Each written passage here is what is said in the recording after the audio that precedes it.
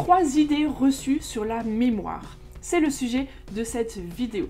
Mais avant d'aller plus loin, je t'invite à télécharger mon guide gratuit pour apprendre l'allemand en 5 minutes par jour. Tu trouveras tout plein de conseils pour ton apprentissage. Tu cliques sur le lien en dessous ou au-dessus de la vidéo, tu arrives sur mon site et tu donnes ton email, ton prénom et je t'envoie tout ça dans ta boîte de réception.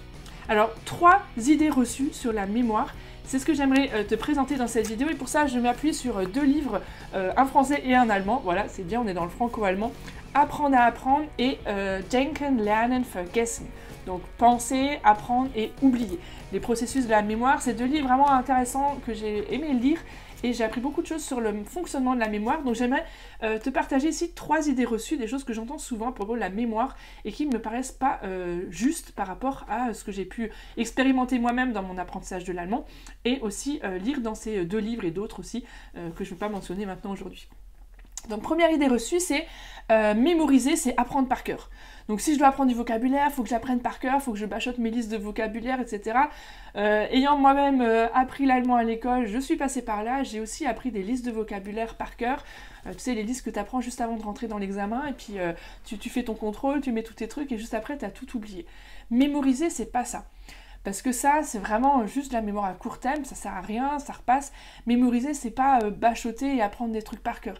Déjà, quand tu veux mémoriser quelque chose, il faut que tu saches pourquoi est-ce que tu apprends ça. Et ça, j'en ai parlé dans une vidéo précédente où je parle de comment apprendre l'allemand en 2020. Si tu ne l'as pas vu, je t'invite à la voir maintenant. Il faut absolument que tu saches pourquoi tu apprends. Qu'est-ce qui te motive profondément? Quel est ton objectif au départ? Donc, si tu démarres aujourd'hui ou si tu t'es jamais demandé pourquoi tu apprenais l'allemand, eh bien je t'invite à prendre le temps, écris, et puis peut-être en commentaire de cette vidéo, quel est ton objectif? Pourquoi est-ce que toi tu apprends l'allemand aujourd'hui dans ce début d'apprentissage? Mais ensuite, ça c'est le début. Ensuite, il faut rester motivé, il faut garder la motivation.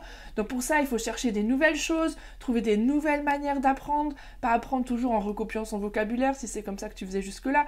Donc essayer de trouver des nouvelles choses, faire des projets par exemple en te disant tiens, pendant les prochaines vacances, je vais essayer d'aller en Allemagne, du coup j'ai besoin du vocabulaire, des transports par exemple parce que je vais devoir demander mon chemin, acheter un billet de train, etc. Donc il va falloir que je connaisse ce vocabulaire-là. Donc le projet va te motiver et t'aider à rester motivé. Tu peux aussi te donner des défis par exemple, te dire allez, dans un mois j'arrive à parler 5 minutes au téléphone avec tel ami, je me mets un défi et du coup j'ai trop envie d'y arriver. Tu peux aussi te fixer des objectifs précis. On a parlé de se fixer un objectif au départ, mais c'est important aussi, par exemple, tous les mois, de dire bah tiens, où est-ce que j'en suis par rapport à mon objectif?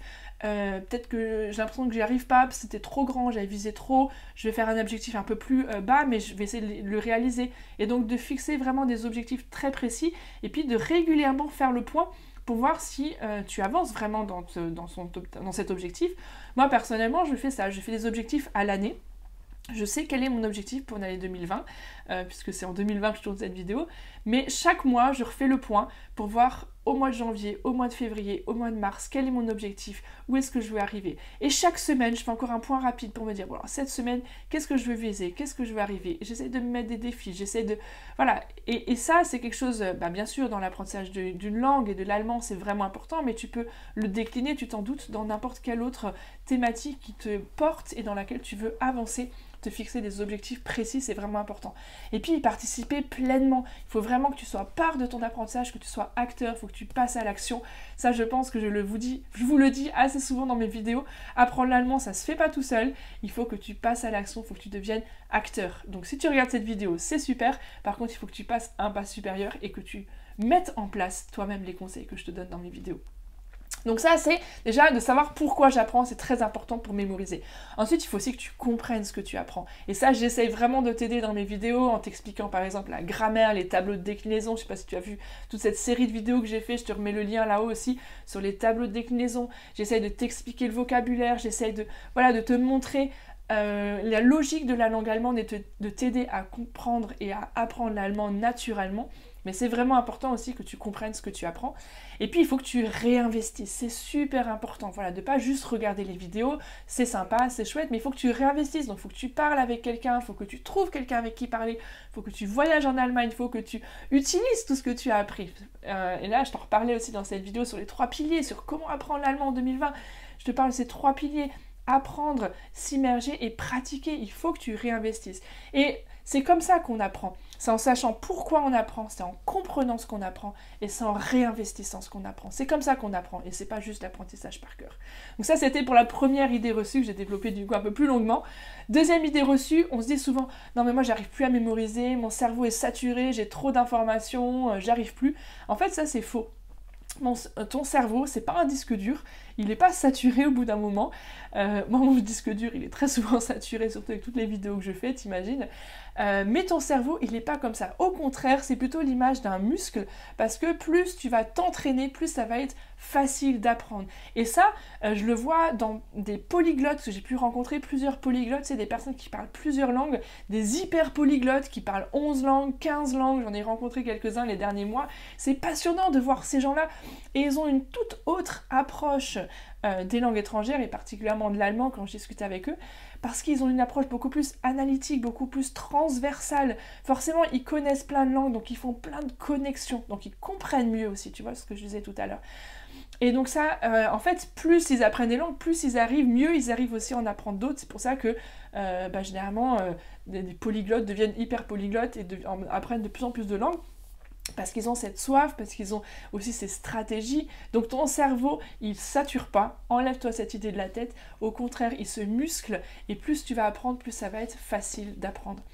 Et puis, dernière idée reçue, alors celle-là, je l'entends très souvent. Oui, non mais moi, je suis trop vieux, non mais moi, je suis trop vieille pour apprendre.